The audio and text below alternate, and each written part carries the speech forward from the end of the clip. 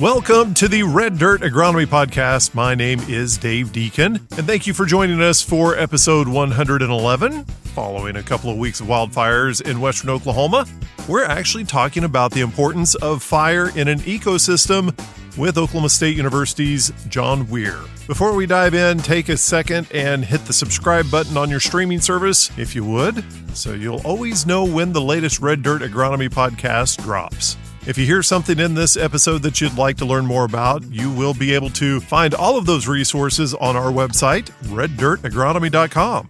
Let's kick things off with a quick trip around the table since our graphic generator doesn't seem to be working for this podcast. To my left is Oklahoma State University's Extension Precision Nutrient Management Specialist. I saw that one early. I saw that one coming out the gate. Too many weird jokes, though. I know when he's starting off on that tangent. Dr. Brian Ernell. And to his left is Oklahoma State University Soil and Water Conservation Management Specialist. I mean, my memory as a kid, I remember there was a big fire somewhere, and it was heading somewhere. And Dad, he gets me and my brother, and we get these gunny sackets and a bucket of water, and we were ready to put this fire out. And they ended up putting it out with discs and tractors. They plowed a clearing to stop it. But that was my recollection of fire in that part of the world. Dr. Jason Warren. And finally, across from Jason is Oklahoma State University Extension Cropping System Specialist. Just because I lived in Louisiana for a couple of years doesn't mean I had any pigs in the house. Now, according to Jason, I just had terrariums full of bugs that I brought up here. Dr. Josh Lofton. Wanted to say a quick thank you to everyone who sent questions in for the group. And if you have a question for the group, just jump over to reddirtagronomy.com and leave it there, or send an email directly to podcast@reddirtagronomy.com, and we will discuss your question on the next episode. Now, just a little background. This episode was recorded on July 18th, 2022. It seems like a lot has happened in the week and a half since we did. So to set the scene for you, parts of western Oklahoma were dealing with wildfire and that really nice rainfall that most of the state got last weekend. Well, it really wasn't even in the forecast yet. So with all that said, I need to say, you are listening to the Red Dirt Agronomy Podcast.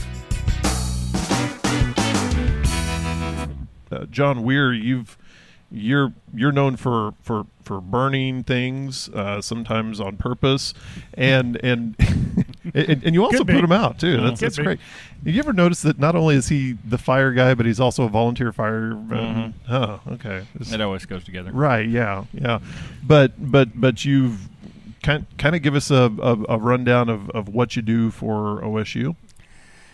So I'm the extension prescribed fire specialist and a fire ecologist. So I do a lot of extension work, doing trainings for landowners and agency folks. And probably the biggest thing I do and favorite thing I do is work with prescribed burn associations and work with them, help start them, help getting landowners the capacity and stuff to get fire on the ground, and work with that. Work with it in Oklahoma and all throughout the Great Plains, actually all over the U.S. Currently now there's over 100 prescribed burn associations in the U.S., and so they all started from what we'd kind of started doing around here, so we're kind of tickled with that. Well, and a lot of folks who are doing these prescribed burns, they always think spring, they think April and May, but really this is an okay time of year. Yeah, this has been a great time. Again, we've got research out there. We've been doing it, trying to get landowners to think about burning at different seasons of the year. Because if you talk to people, the funny thing is getting people to burn, number one, just get them started. Right. And if you talk to people like that, liability is always the biggest issue. Everybody's always worried about liability. And so I do a lot of work with liability, looking at liability and how it's, to me, a lot of times it's an excuse, and also it's not really out there. It's not as burning is not as risky as people think it is, because a lot of times it's an unknown, and, right. And we're always scared of the unknown. Right. And then once you get people burning, then you start asking them, well, did you get everything burned you wanted to this year? No. And most of them didn't. And you ask them, the main question is, and it's weather. Mm-hmm. The great thing that we deal with, whether we're a farmer or a rancher or whatever, is weather every day. We have no control over it. And so you know, a lot of times we have this mindset that we've got a burn season. Right. You know, and here in Oklahoma, you know, it just kind of depends. A lot of times you can go southeast and south. They'll start burning in January all the way up until April, usually kind of that time frame.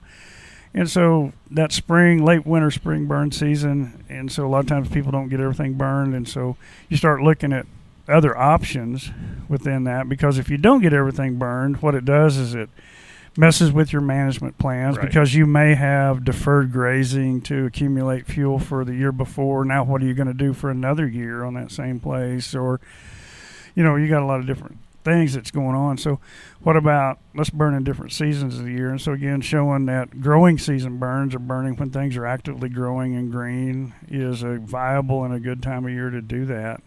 And we started doing a lot more work with that and doing a lot of workshops and demonstration stuff. And actually now, from the records I've been keeping with people kind of recording their burns and doing things like that, that we've got, it's about 20-25% of all the burning now is in this growing season. Wow. So we've actually changed a lot of ideology. A lot of times people like, you know, once they do it, because it is a whole lot safer. Mm-hmm. You know, now we're going into a time right now, you know, currently that it is dry.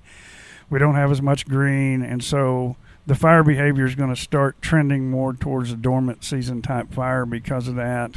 You know, under typical average, whatever average Oklahoma weather is, you know, it's usually green and things are, the fire is really calm, really slow. You know, the biggest thing is it is hot because it is summertime. That's the biggest thing. So it's doing that. So that's one thing. Been doing a lot of work with that, and glad to see a lot of people changing their ID, you know, what they do and how they do it. So, John, you got those rotational studies, which I know I'm supposed to sample, but it's not going to be this month. But Oh yeah, by the way, we need to sample those. we need to sample those. When you look at those and some of these studies you guys have done at Oak State on the rotation, can you look out there now and see any influence that the burn has on how that land is managing these flash droughts that we're having right now? Or is it all the same? Is it all bad, or is there, if it weren't this bad, could you say burn has an impact on that? You know, I think what you're talking about is our season of burn study, looking at, so we've got some plots that we burn every 2 years, but at different seasons of the year. We got it divided up into 7 different treatments, so every 2 months. You know, and we've had those plots going since 2004, so they went right through the middle of the drought of 12 and 13 on that, and you know, and they've come out of that. You know, and I can't really see. You definitely saw lack of fuel during that time period when it was really dry. So we were trying to get things burned. It's just the lack of accumulation. But then after it did it, you know, everything recovered very well and did that. So I can't, you know, that's our native plant community. You know, it's adapted to that. You know, these droughts are a big part of it, you know, and you talk to some of the climate people that look at historical stuff. Buddies of mine up at University of Missouri at the Tree Ring Lab up there, they do a lot of drought work looking, you know, and they talk about, you know, this part of the world, the Civil War drought. So there was a drought that lasted the whole period of 1860s. Wow. And they call it the Civil War. And it shows up dramatically on tree rings that you can see that all throughout the Southwest. And I mean, it's a 10-year drought. Just huge, you know, and we haven't really had, you know, those long-term deal. Now, what I've seen roaming around on those longer-term droughts, you know, even like 12 and 13, was there was a bunch of trees, a lot of cedars in some areas, which, you know, nobody complained about. You know, in certain areas, you saw a little bit of stress on some other ones. You know, I think that longer-term drought is really, truly what historically kept a lot of the trees off the prairie, off the plains. That makes sense. On that, fire knocks a lot of them back. Fire does handle some seedlings and things like that. I'm talking about woodies. I'm not talking about cedar.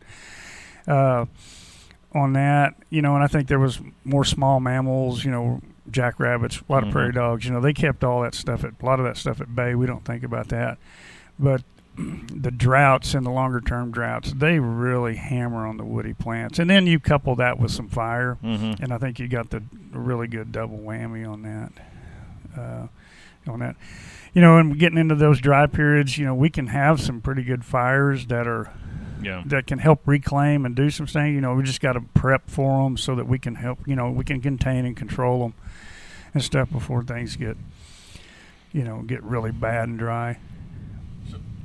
John, going back to these summer droughts or these summer fires and them being a lot hotter, is there some benefit to that from a management of problematic species or anything like that? Yeah, we've done some work, too, looking at, you know, because, again, a lot of times those growing season fires are really slow moving because that fire, you know, what carries the fire is the old growth from the previous year. And then it's got to boil all the water out of the current growth, and then it'll try to consume whatever that current year's growth that it can. You know, the drier it is, the more it consumes up. The wetter, the more actively that green stuff's growing, the more of it that it gets left out. It turns brown. You know, you come back 2 days later, and it's all brown, and it had got hit by the fire, but it comes back real quick. But, again, that slow-moving fire, low intensity.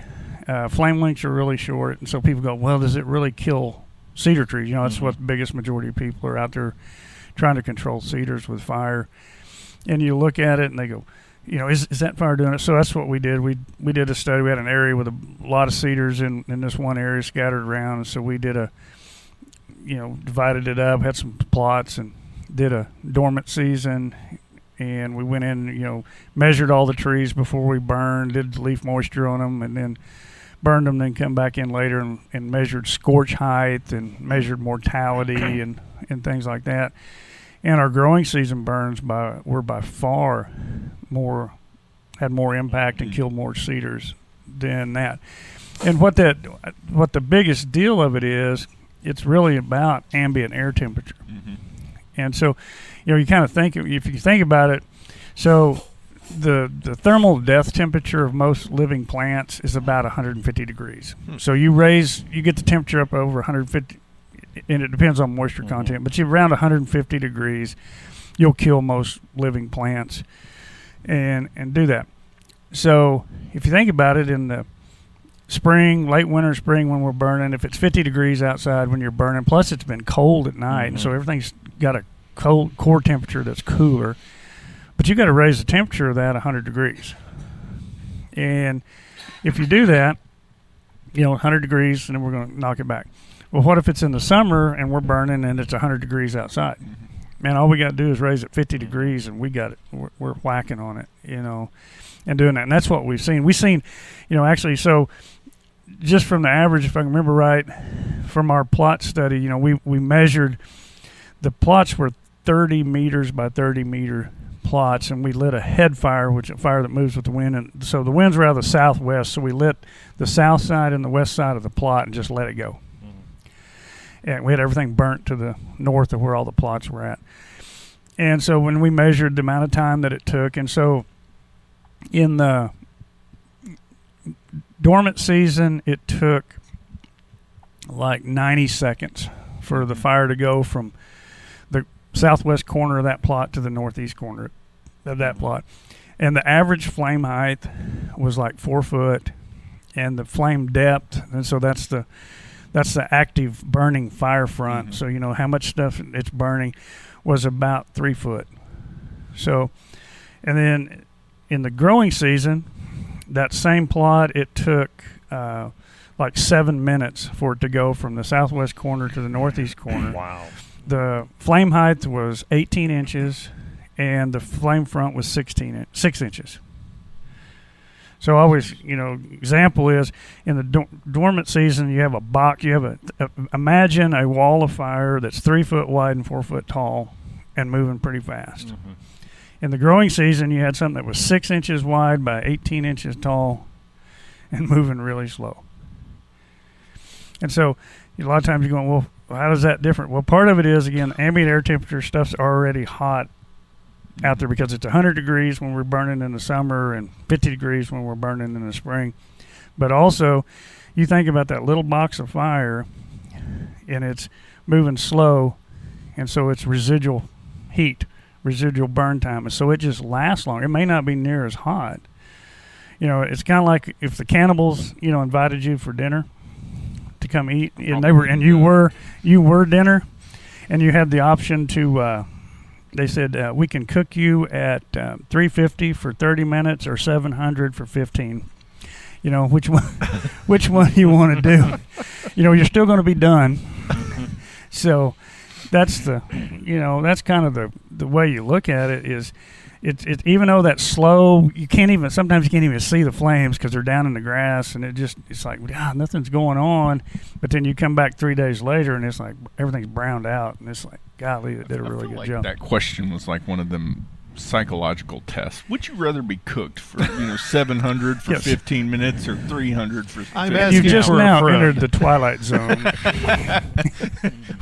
We're gonna do ink blots here next, or well, I mean, so talk about. You haven't answered the question though. Which one would you rather? I'd rather not think about that. To be quite honest. Okay.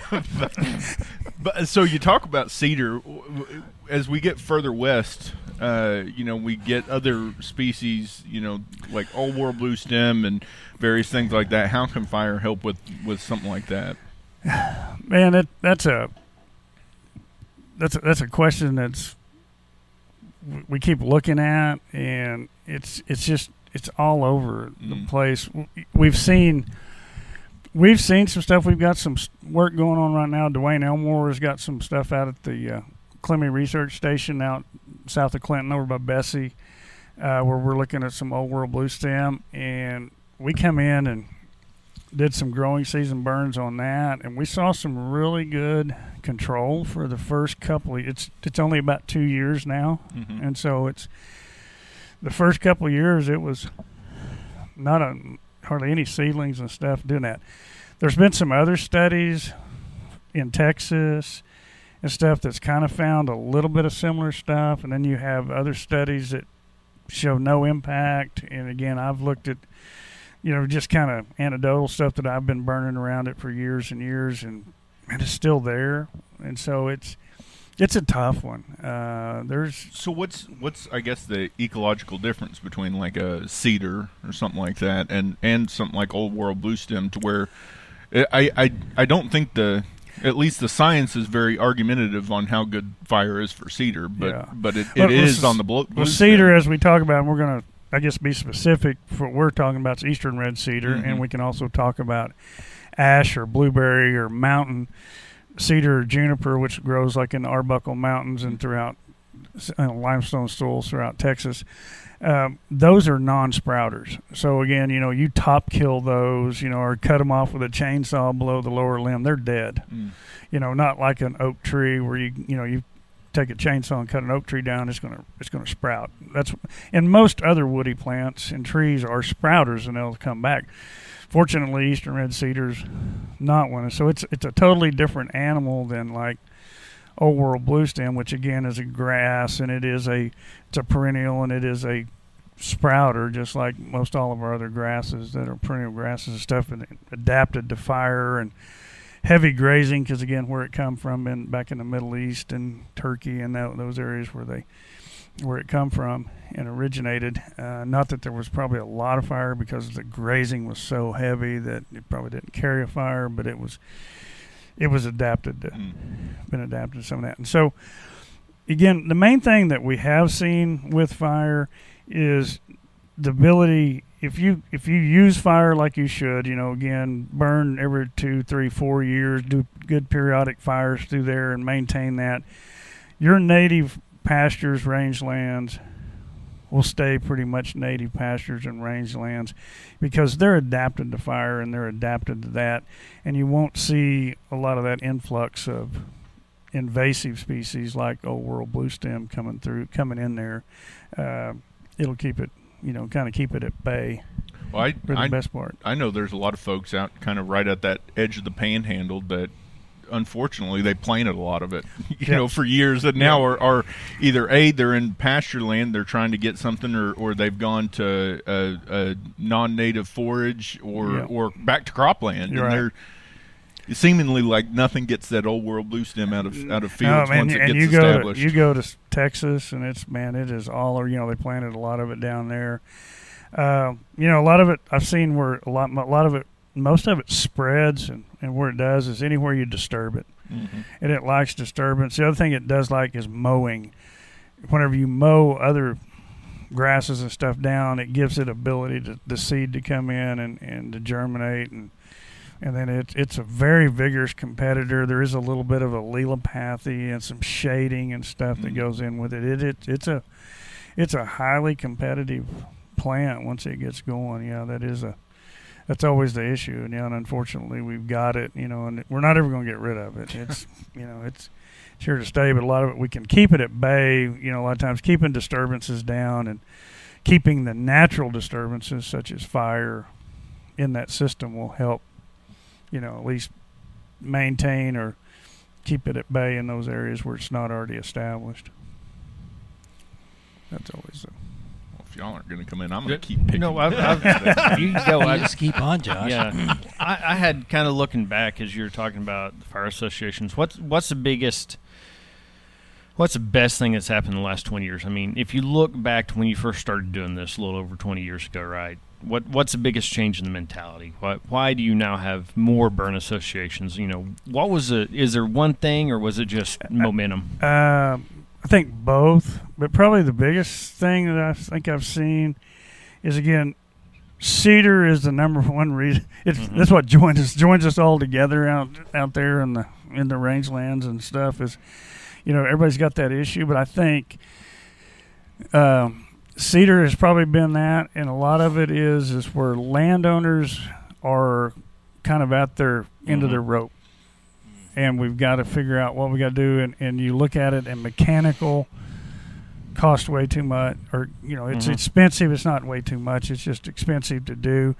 Part of it is because we've let the land go too long, and then also, if you do mechanical and you don't follow up with fire, you just wasted your money, because within 6 to 10 years, it's going to be right back to the same cover percentage and stuff of cedar that when you cut it off.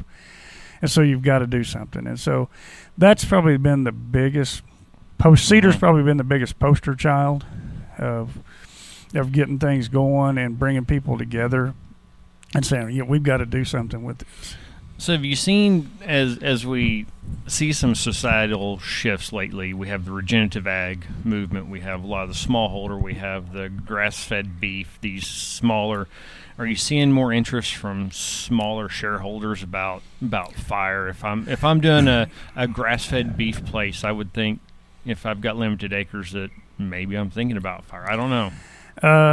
Not a lot with small landholding producers, because a lot of times they don't have a lot to burn because they're not enough utilizing most everything that they've got with whatever their goats or their beef or whatever they've got on small acreages.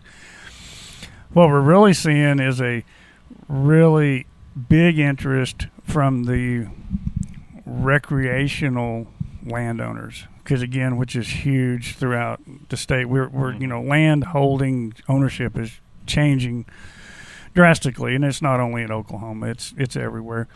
Looking at it. And so, but those people that are managing for wildlife, for aesthetics, even that, they're interested in fire, and they understand that fire's important and fire's needed, and so you're getting a lot of that, and that's kind of been a really interesting deal.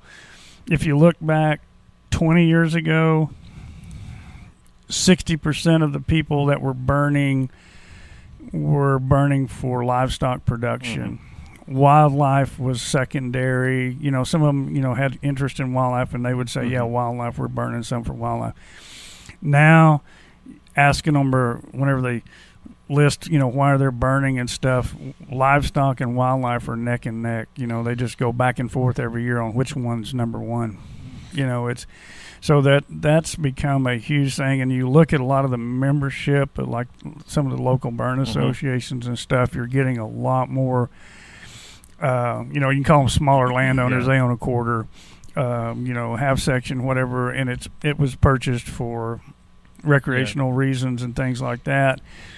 and they're burning. Does the management change at all on fire if you switch from a livestock to a wildlife, or is it hand in hand identical because the goal is to a lot of times on the wildlife folks, recreational areas, they typically sometimes have a little more fuel, and so sometimes the fires are a little more effective, a little more on that. But again, your good livestock managers, they know proper stocking rates and doing that, and so they have good fires and things with that too. But a lot of times, sometimes too, you may have people that have just acquired new properties and stuff, and so they're trying to get it to reclaim it. Dave, you're one of those. I am. One of those folks like that too. And so, in those years, it's been abused or it's been let go, and so you lack fuel, and so you got to do some stuff, and you're trying to get that fire. And so sometimes your fire is not as effective. Your fire's a little more risky because you got a lot more cedars than everybody else does. And a lot of things with that. So it makes it a little more difficult, a little more challenging. And doing that, but once you get it past that, then life becomes simpler and easier with a lot of that. So when you're talking about like the recreational and wildlife, is it mainly just like prairie birds, or where all does that? A lot of it is hunting. They're deer, turkey, quail. Mainly the first two, deer and turkey. And that's the bad thing is too, because sometimes you've got people that are purchasing land and they think cedars are good for deer. You gotta have trees for deer, and cedars are one of them. And it's like, no, they're not. Same thing with turkeys. Again, cedars can run turkeys plumb out of the country, especially if they start growing up underneath the roost trees and things like that. And then then the wildfire aspect of it, you get a wildfire coming through, you can totally damage a roost area. It'll be gone.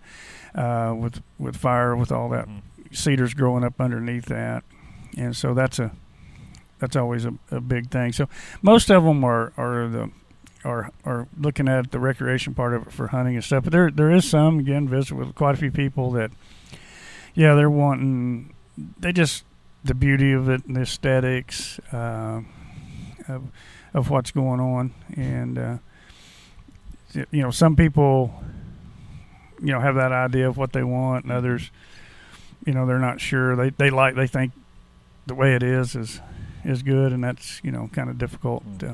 One question I would have is the change, kind of what Brian was talking about, the change of the mindset of the folks. Or say somebody has handed property down through the family. Grandpa never burned. Right. And he didn't believe in it. And are you seeing the next generation be more open to those ideas? Yeah, and definitely seeing that. What's interesting is you go all over, and I've traveled all over the U.S. too. And it's funny, you'll start talking to groups of ranchers, and everywhere you go, no matter what, they'll all come up. They'll come up to you. They don't say it in a group. Right. They'll come up to you, individually, and they go, "Yeah, my grandpa used to talk about. He burned all the time." Yeah. But they got away from it, because of regulations or something, some kind of something, or my uncle used to burn, great grandpa and doing all that. And they all talked about it, but then they don't do it no more.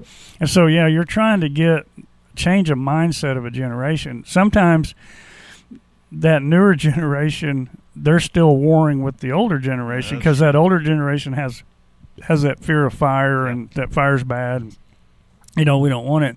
And so sometimes you got that conflict and you got to overcome that within that. But then also I've seen a lot of older folks that they weren't real sure about it, but then after their second fire, they're like, man, we're doing that.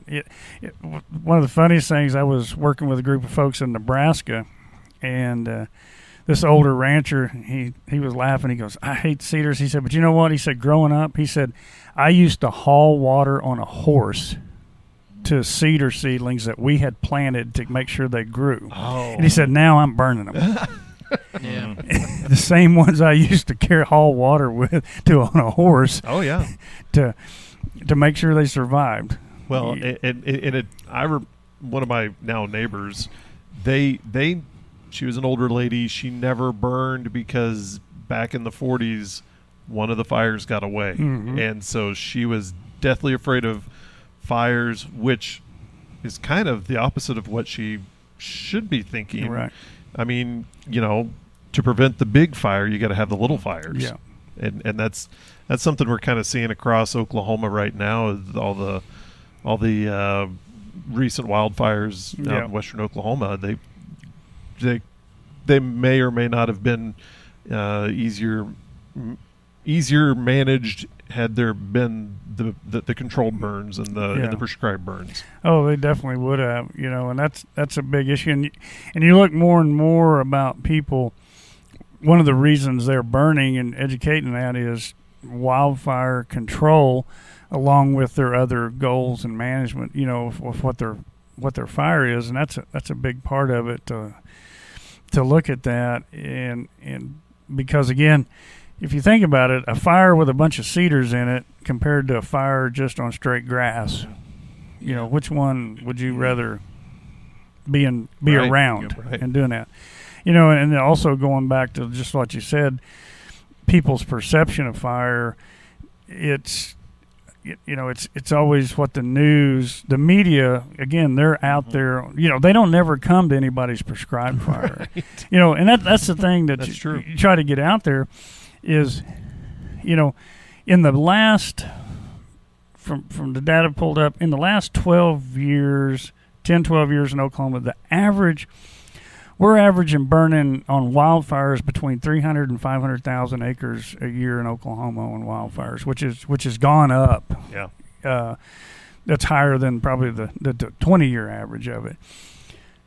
But people don't realize, and you tell them, do you realize that we burn between 1.5 million and 2 million acres intentionally in this state every year? Landowners successfully burn that. And do you hear about that at all in the news? But, man, you can have a 50-acre wildfire, and that's all that's on the news, and you got 6 helicopters and storm chasers roaming around it, and doing all that, and it's all look at those cedars going up. And they think every fire is going to behave like a wildfire. We don't go prescribe. I can prescribe a wildfire, but I can control it too. There's areas that I can control it. Yeah. There's things that you can do to make that safe and to do that, but you can't. It gets sensationalized, and so everybody thinks that all fires behave like that, and so that puts this automatic fear in a lot of landowners that, well, if I burn it, it's just going to burn everything. It's just like, I don't know how many people, you'll have a creek bottom down through there, and they go, well, it's going to hit that creek, and then it's going to go up in the canopy and just be a big old forest fire. And I'm like, no, it's going to hit the creek and go out. That will not burn. It's not going to burn. Water rarely burns. Yeah. And that vegetation is not flammable unless it's extremely dry. We're under extreme drought. And also then plus you couple that with having a boatload of cedars growing up underneath it, ladder fuel to get it to go up into that canopy, that's where you're going to have problems. And doing that. So, we use fire to remove all that, get it back like that. And then the fire, number one, you can have areas where it'll control fires. Or number two, you've removed all the volatile fuels, the cedars and things that cause embers that'll spot, quarter mile, half mile during bad drought conditions and stuff, and can trap people and, continue to carry that fire and start more and more fires and make it larger and bigger. You don't have those embers and stuff, so you're dealing with a fire that's a little more safe and effective, not only for everybody affected, but the firefighters as well, everybody on the ground and stuff doing that. So, it's trying to get people to understand that, fighting fire with fire is a viable option and what we should do. And I think I saw in the news, so I think there's a missing gap with the people understanding, and of course this comes out of California because that's where all the good stuff is. A report out of California that the people are so confused and concerned because while the fires are coming back where they had fires before, they couldn't believe that. They thought that the prescribed fire or the wildfire would mean that they'd never have a fire again.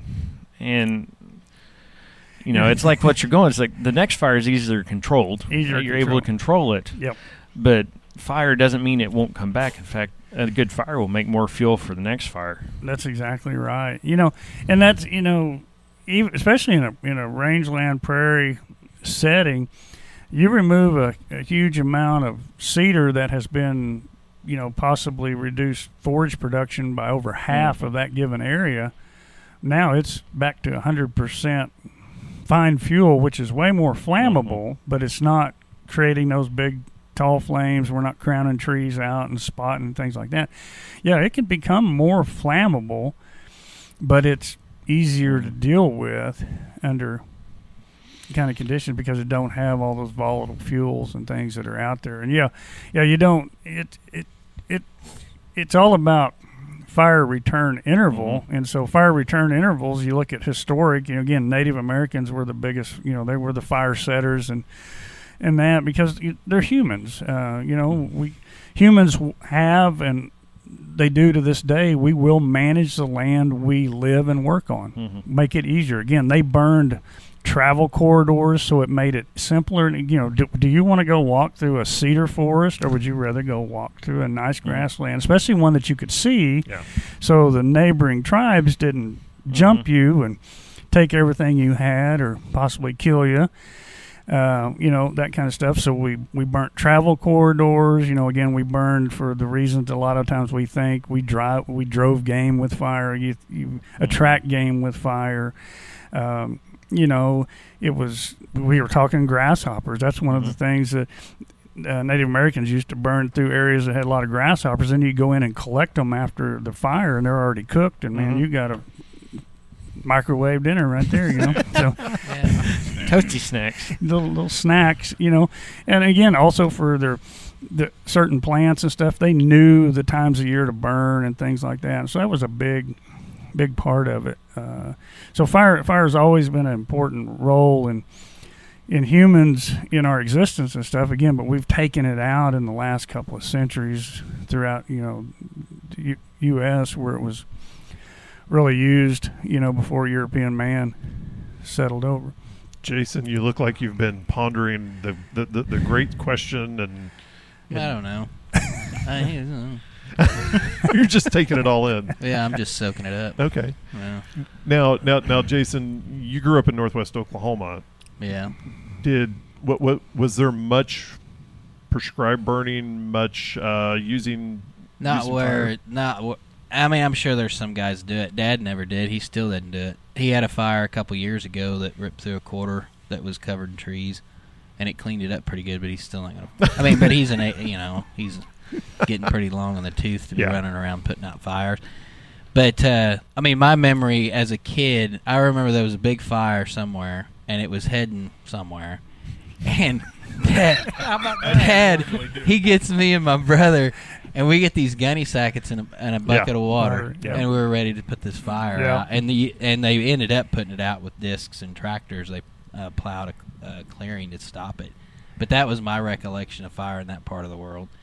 But it was dune sands and covered with sagebrush and grass, and they just spend money spraying it. Yeah, and then let the cedars go. Yeah, but it's amazing. I mean, to me, you know, and having grown up here, and you know, I'm 46. I don't know how old I am, but. I mean, it's kind of amazing the invasive species that we have, and like in my lifetime, how noticeably more catastrophic they are with respect to the value of our land for the purposes we want, whether it's wildlife or cattle or goats or whatever. But it is amazing, from Johnson grass to old world blue stem to, I mean, it's amazing. And at least you got one tool for cedars, which is fire. You can get rid of them, or spend a fortune cutting them down. Yeah, because it is a fortune. You know, but speaking of that, you know, you look at, you know, a lot of times people say, "Well, I'm not going to burn, I mow," or "I'm not going to burn, I use chemical," or "I'm not going to burn, I use mechanical." But you look at it, and that's the deal about fire. There's nothing out there that we can do mechanically, chemically, on that will mimic what fire does to the land. Again, we see fire will increase root growth. Fire can increase above ground biomass, increase growth. It puts nutrients back. It cycles nutrients from the whole system back into the soils. There's all kinds of things. Again, there's certain bird species that require areas. They want areas that they nest that's been burned in less than 24 months. And there's also bird species that require places that haven't been burned in 3 or 4 years to nest in and things. So, there's positives and negatives to everything. But looking at that, there's even in the southeast, there's some tree diseases that are taken away from just the smoke from a fire. Will treat that, and do that. So, there's nothing that mimics what fire does. It's pretty amazing all the different benefits that you can show on that. And, you don't get that from chemical or mechanical, at all. Are you involved, like the stuff? I do a lot of work out at Lake Carl Blackwell at the recreational area. Every couple of years, I just do like soil judging contests and stuff, but it does give me a reason to go out there and look around. And what was it, 7 years ago they cut down all the cedars on 30,000 acres of land out west of town? And that was part of it. That was the Board of Regents did that. Again, looking at, part of it was, we're the university, we're making all these recommendations to people, and our land looks as bad as a lot of everybody else's, if not worse. And so they put that money forward to cut all the cedars, and we see that as you're coming in west on 51 highway from Stillwater, there around, like you said, Lake Carl Blackwell area. And so that was a big part of it through the Board of Regents, hired people to come in and cut the cedars, and then also realized that, hey, if we cut all this, we got to burn it. And so they had contracted out with a couple of different groups to do burning and stuff on a lot of those lands and stuff. They'd contact me. I don't have time to burn all that, with everything else we've got going on. But well, do you ever go like in the recreational area? Because it's kind of weird to me, and I'm just asking because I don't know. Because that that property is kind of interesting the way it's managed. For a variety of reasons, but since then they've really opened it up to like equestrian trails and stuff like that. Is that a result of the burn? Because it is a much more aesthetically pleasing area as you walk around in there. The equestrian trails were started before the fire right? and stuff we're doing, and so I've heard some mixed results from people in the equestrian. Heard some people complaining about getting black on them and their horses from riding through the burnt trees and stuff. I've also heard some of them complaining about they like the cedars for screening, which that's interesting. A lot of people like cedars because of the screening cover, keeping view from the road or things like that. And so they were doing that. But then you also get people going, we like the aesthetic, the please. Now it's open and we can see more. And they there's going to be less ticks and stuff on years that we burn more. That's a big damn deal because there's a lot of ticks out there. It grows some really nice ones out there. And I talked to a guy the other day. He said he rides mules. He's not taking his mules back out to the lake because they came back just covered in ticks. Man. On that. So, everybody gets, a lot of times that's the thing with fire, especially around the public, is the aesthetic part of it. They don't like how it looks immediately following the fire. But then they come back, 6 months later or a year later, and it looks totally different, and they're like, wow, this is so cool looking. And because instead of just brush and yeah, trees and junk. It's grass. Yeah, and they, woodland. And they think it's going to kill all the trees out. There's not going to be no trees and stuff. Now in some areas, you got prairies. There's no trees. But in our cross timbers, our post oak blackjacks, it's going to open that stuff up get that understory and to where you can walk through it. Yeah, where you can actually walk through it. And then also too, the next time there is a wildfire, it's not going to crown out, or you're not going to top kill all those bigger oaks and all that stuff and everything. It's just going to stay on the surface and burn through there. Life will be simpler and easier. How do they manage burns in an area like that where there's public? Do you have to shut it down? Is it like a 24, 48 hour restriction? It just depends. Every place that runs public stuff is just different. Some of them do. They'll shut those areas down and do that. A lot of times they'll try to. They know they post that area where they're going to do that, and then before they burn that morning, they run around, make sure nobody's in there and doing that. Probably one of the biggest examples is the Oklahoma Tort and Wildlife Conservation. Mm-hmm. They burn well over 100,000 acres every year on their wildlife management areas, and so they're doing that. But a lot of that, they kind of limit their burning, and that also limits them too. Is they limit it? Usually, they start burning January 15th when bow season is over, up until turkey season starts. So they only got about a month and a half period, and so they're also one of those groups that have embraced growing season burns, because a lot of times there's not really much seasons, there's not a lot of use going on the WMAs during the middle of the summer. So that's another thing where you've got a lot of public out there. You look at use, seasons of use, time of use. You wouldn't go burn on a Saturday, on 4th of July weekend. That's not the time to go burn. I work a lot with the U.S. Army Corps of Engineers, Tulsa District stuff, and they're so they try to get most of their burning done before rec season starts, which typically is, historically is Memorial Weekend.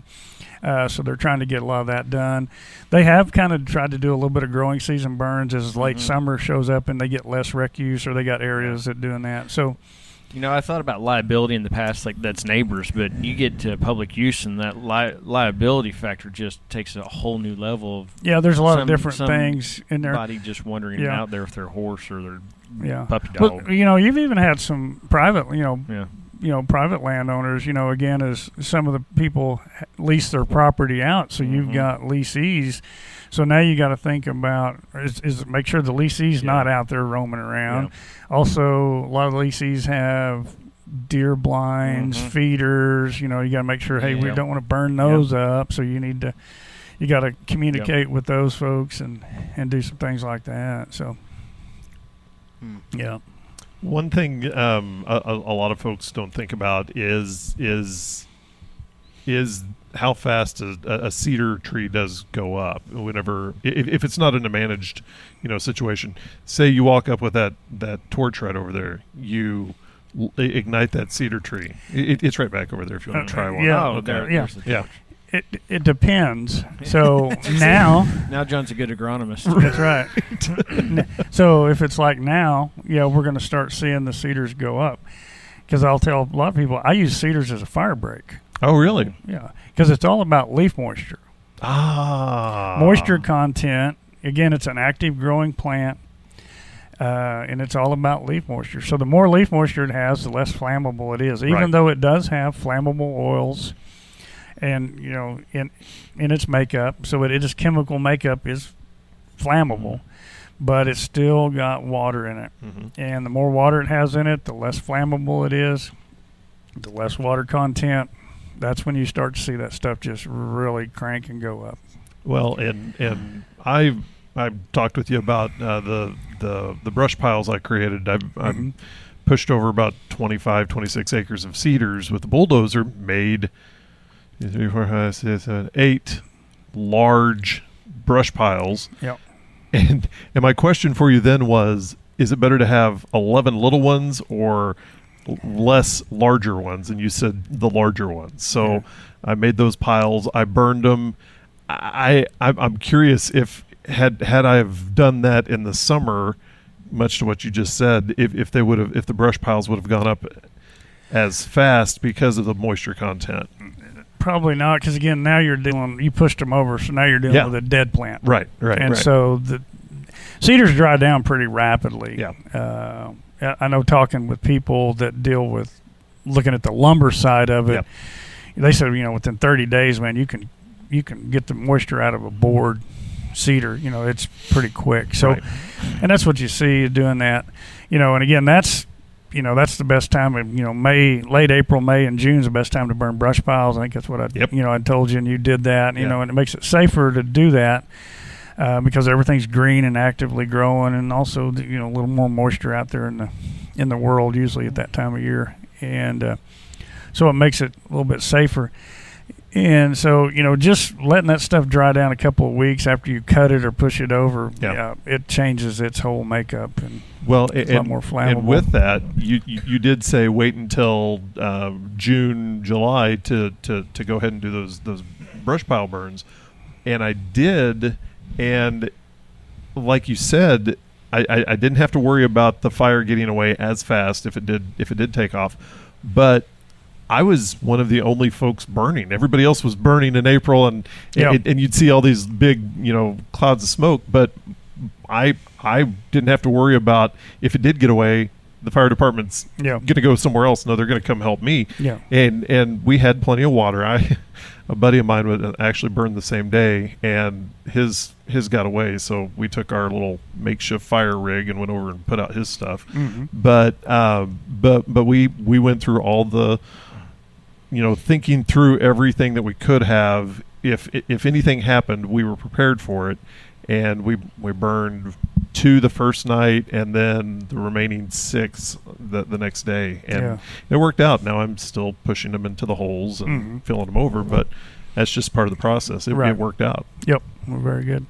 Well, this is probably a good point to go ahead and take a quick break, and whenever we come up or when we get back, we're going to talk to John about his major award that's coming up next on the Red Dirt Agronomy Podcast.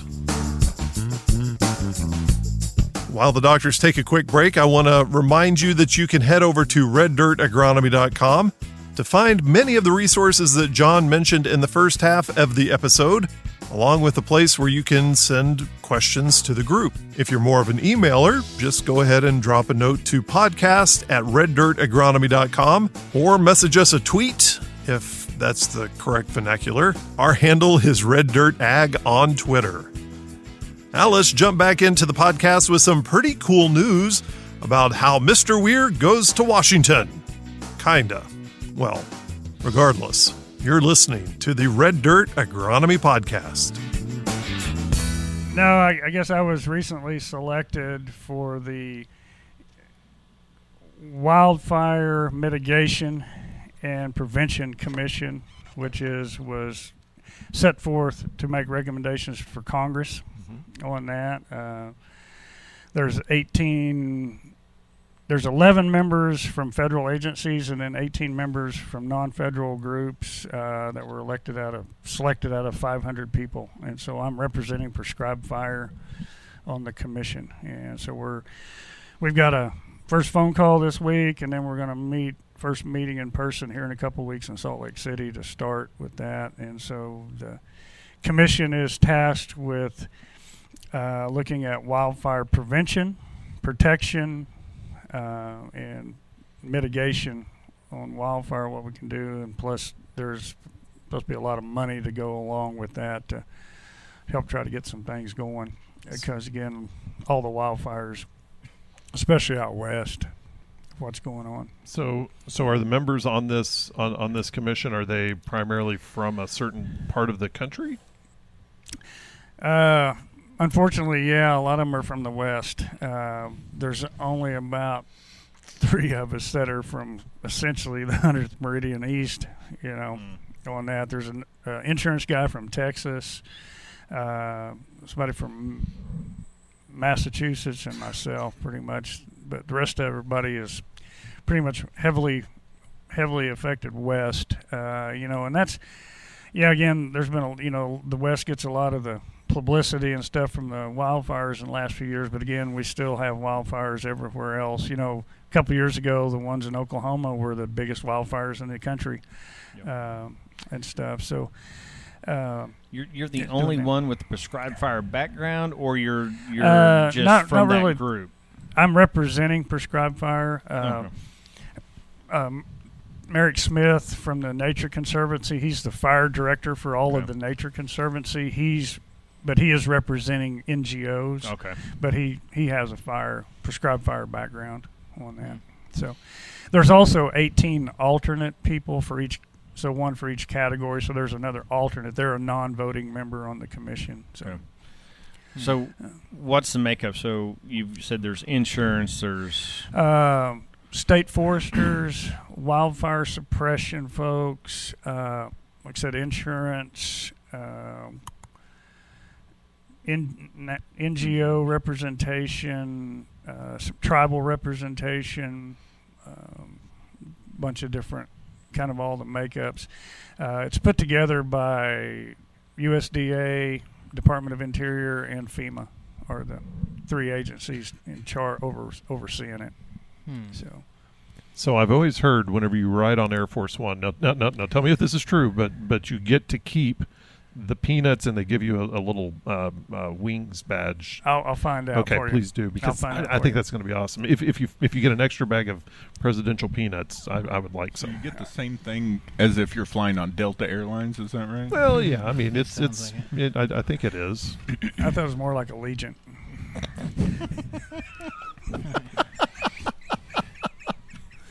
So how long is your appointment with this? They're actually wanting us to, within a year, to have a report ready for Congress.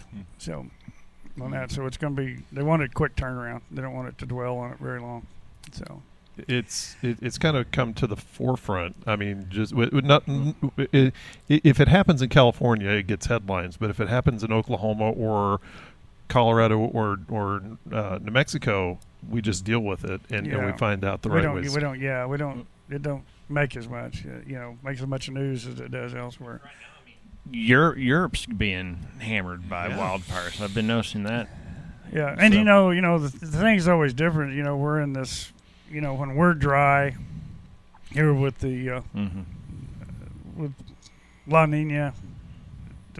It's one of the Ninas. And whenever it's the opposite, when we're wet, Nina. you go to the southeast, you go to Florida, Georgia, and Alabama, they become dry, and then you start seeing wildfires like crazy in that part of the world too. And and again, those areas grow way more fuel than we ever thought about down in those areas.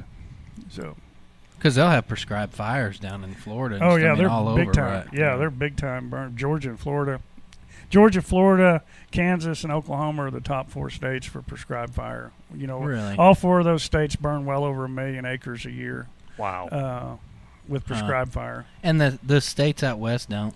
No. They don't burn? Very little. And even, so the interesting fact is, and again, I've looked this up and done this. So if you look at, I'm trying to remember what year, but the average of the 5 main federal agencies that use fire, which is Forest Service, BIA, BLM, Park Service, and Fish and Wildlife Refuges. Those 5 are the main ones.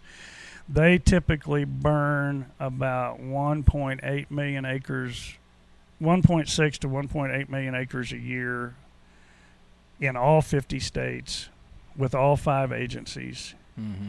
In Kansas and Oklahoma, we burn anywhere from 3 to 4 million acres a year on private land in 2 states. Yeah. So you're saying that in Oklahoma and Kansas, those 2 states burn more than even Texas does? Oh yeah, by far. Really? Texas burns. I don't think Texas even gets 1 million acres. They may get half. Given the 1 million. magnitude of Texas, that's crazy. It is. And biggest thing of Texas is insurance. Man, they're rabid dogs. They want insurance, and they're such concern about liability. Really? Yeah. Even among the private landowners and stuff. Well, they don't want to burn down the gates that everybody has coming into their ranch. Yeah, your 5,000 acre gate on a 50 acre place. Yeah. It's a crazy. I don't want to get involved in that. But I just couldn't stop but say that. I drive through Texas. I've never seen such beautiful gates I've ever seen. They in my are life beautiful. that I have in Texas. So how much does state law impact the ability to burn? A lot. Okay. It affects it a lot. And so it's an insurance liability thing for the most part? So there's 3 types of laws that deal with fire throughout the U.S. You can kind of categorize them by 3. The first one is a strict liability law, which anytime you have strict liability, that states that whatever action you're doing, so prescribed fire, so if my fire gets off, burns your property, I'm liable no matter what I did, any kind of precautions, anything I did, I'm still liable for damages. There's only about 4 states that have that. It's not a real common law.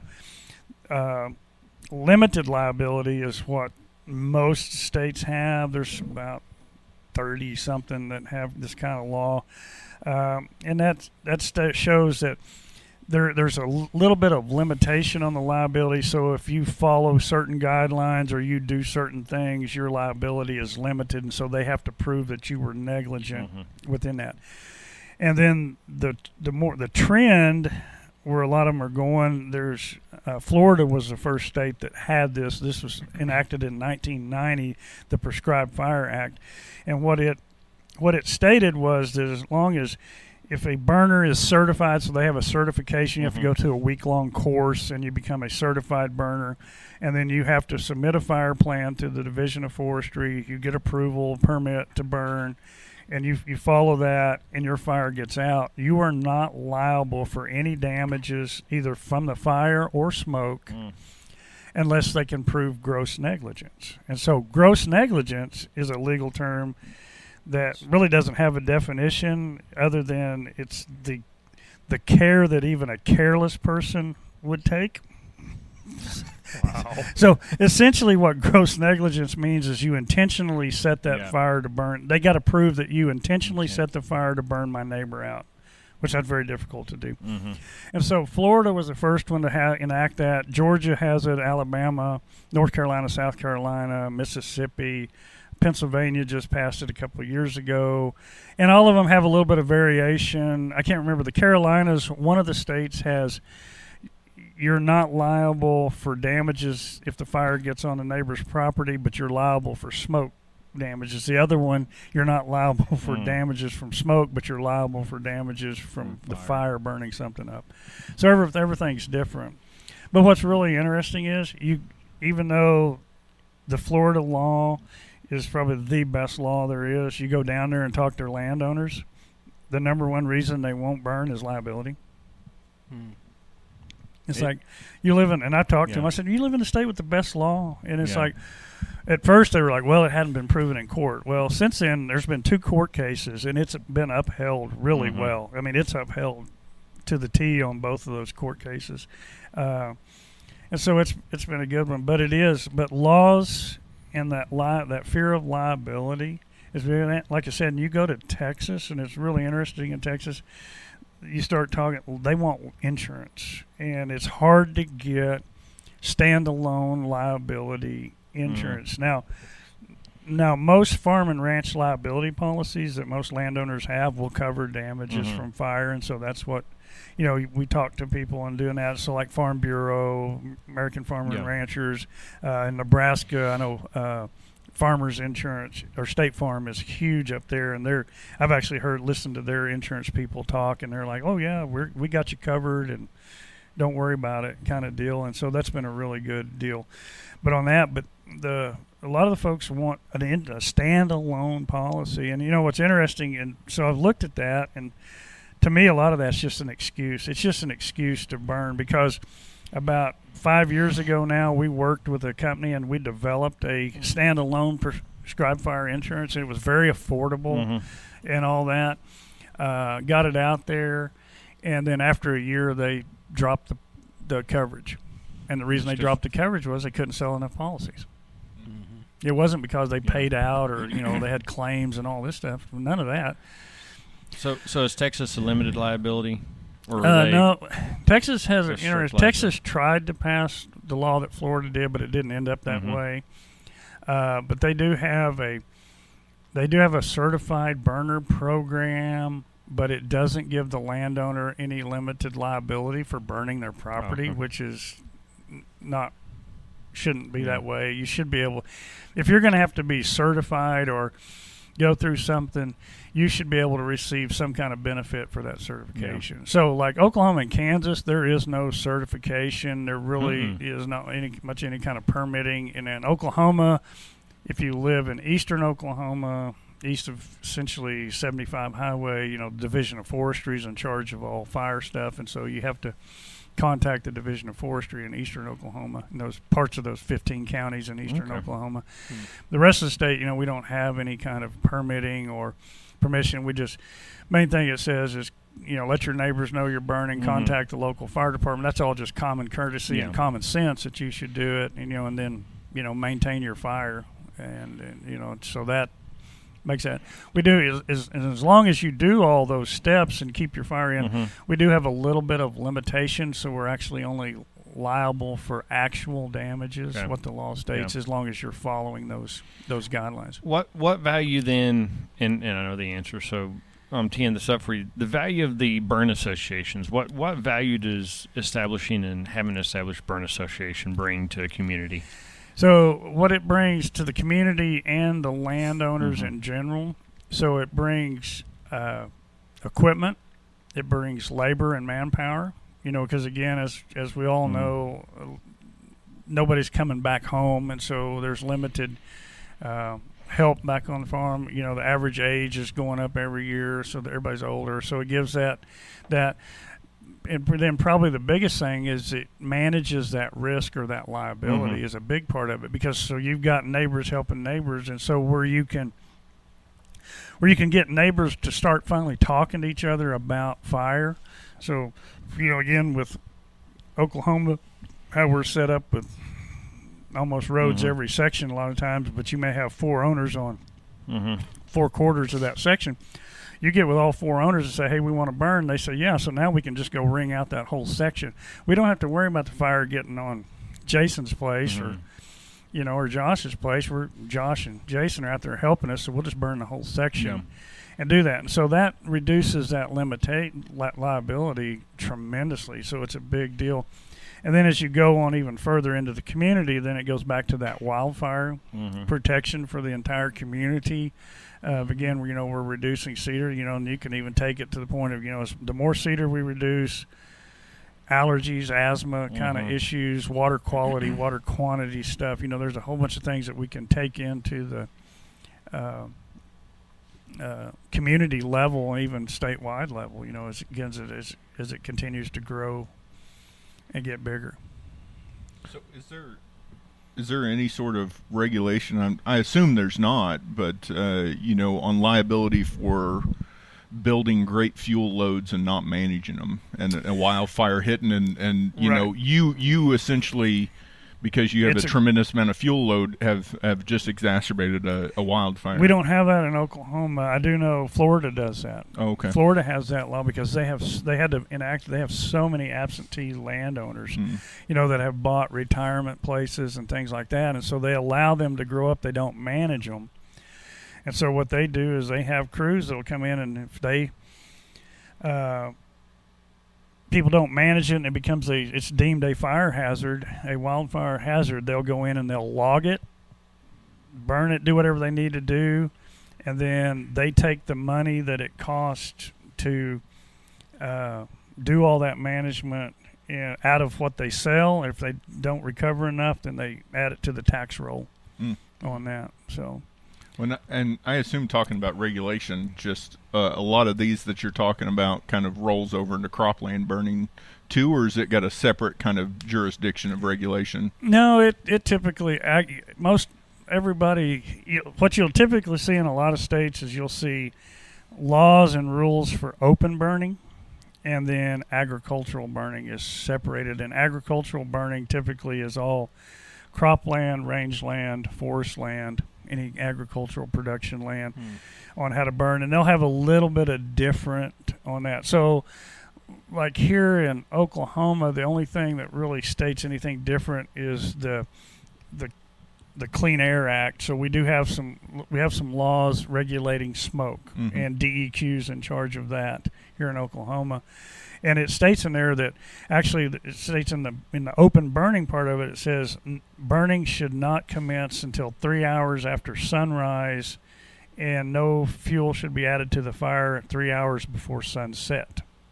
Because again, that time frame is whenever you have the most lift and the most unstable atmosphere, so your smoke will go up early in the morning, late in the evening, smoke will lay down. But also if you read at the end of that, it's exempt. 4A is exempt from that, and if you read what 4A is in the law, 4A is anybody burning croplands, rangelands, forest lands are exempt. So we can burn at night. We can burn it at any time, as long as, we just don't want to make a smoke hazard no matter what on that. So that's what you see with different states is open burning, which is people burning brush piles, junk, debris type burning stuff, and then ag burning is labeled separately. Because I remember back in Louisiana, because working in the cane fields, they'd burn the cane, but it had regulations for retirement homes, elementary schools, hospitals. That was the smoke, because in Louisiana the cane burning got to be was so big, and the smoke issue got to be so much that they were creating a huge smoke issue.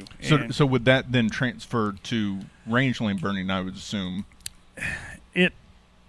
it possibly would, but a lot of times some of those crops are burned at a certain time of year every year, and so that would only be during that time period. Okay. So currently up in Kansas, so the Flint Hills, again, the Flint Hills traditionally burn big chunk. That's where the big chunk of Kansas burns every year is the Flint Hills, and it's year in, year out in the same areas. And the problem gets to be is they're keyed in on burning within a short time frame, 2 or 3 week period. There'll be times that they'll burn 1 million acres in a week up there, and so they've set off sensors all the way to New York City on smoke, because they're creating such a smoke plume with all that fire, and so that's getting to be an issue. And so now in Kansas, if you're anywhere in that Flint Hills region, they do not allow any other kind of burning to go on at all except agricultural burning in the Flint Hills, and it's limited to April, March and April, I believe it is, that in those counties you can't burn trash or any other stuff, brush piles or anything like that, to add to the smoke load. Because we ended up having to go and burn the cane residue over Christmas, basically, when all the schools were out and stuff, because so many of the farms or the crop fields were within blocks of elementary schools or a retirement home somewhere. Yeah, and that's what you gotta. That's the deal. Smoke. Everybody worries about liability from the fire getting away, but if you look at a lot of the insurance cases and all the complaints, it's all about smoke. Yeah, that's the biggest thing. And a lot smoke of times, and ash. We don't think about. A lot of times people don't think about that, and they're worried more about the fire getting on the neighbor. That's not the problem. You got to think about that smoke, and smoke's pretty simple to manage. There's 2 things you can do. Number one, pick a wind direction to get it away from town, highway, school, whatever your problem is. So you need to just pick that wind direction to make sure that smoke's going to go the opposite way, and then pick a day with good atmospheric conditions where that smoke will lift, get up and get out of there. It's not going to hang low on the ground. It's not a good dispersion day on that, and that solves all kinds of problems. That's 90%, 95% of all the smoke problems are cured with those 2 things right there. So is that why? Would you burn at night, or do you stay away from night because of that ceiling? It depends on where you're. A lot of times, it just depends. You go to eastern Oklahoma, there's nights that we can do it, but a lot of times the winds lay down, higher humidity set in, and that smoke just hangs real close. Yeah. You go to western Oklahoma, and you got a lot of times it's the safest time, because you finally got the humidity back up. Humidity. The wind lays down enough at night. It's still blowing, so the wind's... The exact same reasons it's too much in the east. It's just a magnitude of order. Right. A lot of times you don't see much night burning back east, even all the way to Florida and stuff. They don't burn much at night just because of the conditions.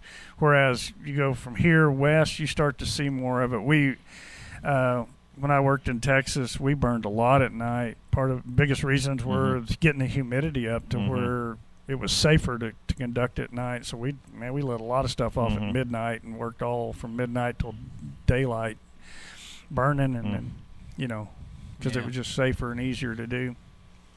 There's just good times a day to burn for just the atmosphere being more stable, correct? Correct. Yeah, the midday is, because that's usually whenever it's most unstable. A little more predictable in certain times of day. Yeah. But again, we have days, where there's conditions. It's called category days. You can look at the National Weather Service. They do category days. The mixing height, so it's where that inversion layer is.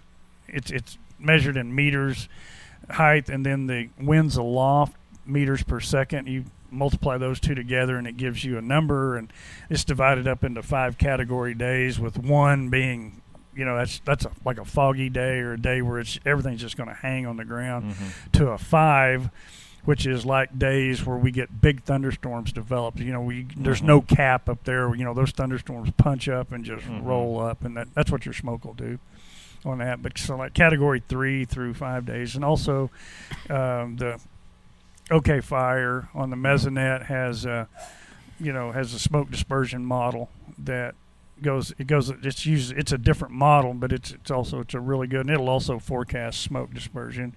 And it's really fun to play with, because you can look at it and see how the dispersion at night, man, it just drops off. And especially southeast Oklahoma, man, it just like goes back to a 1, and then as the sun comes up, it's going to disperse, do a whole lot better. It's a great tool, because when we did all of our when we burned on OSU ground, they always make us do a burn management plan, and it's easy. You just set your limits in mesonet. It just basically prints you out a sheet and says, if you're a 3, that's when you're going to go, or something it's going to be the best. Yeah.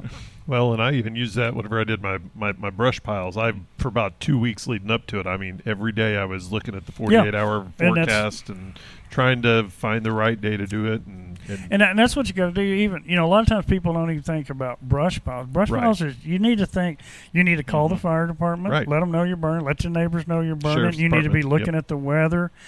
Because a lot of times what really happens, especially with brush piles, is people want to burn them, and then they don't look at the weather, and then 2 days after the pile burnt, we got a front coming through with 40-mile-an-hour winds predicted, and so what are all those embers going to be doing? Out there, they're going to be blowing around and everything. So you got to be out there to think about stuff like that. And so, every time we deal with fire, we need to be thinking those even if we're burning crop residue. You just need to think about managing your smoke on that. The sad thing is, I worked on a court case in Indiana a few years back, and it was crop residue burning, and the guy didn't even think and lit crop residue off, and it blew across the highway and caused a fatality. And that was crop residue from soybeans and stuff that they were burning. And you've got to think a little bit. Well, I remember when I was an undergrad working with you on a project and burning wheat stubble, and that stuff can be volatile. Ooh, I mean, man, that stuff can get going. Yeah, it can burn well.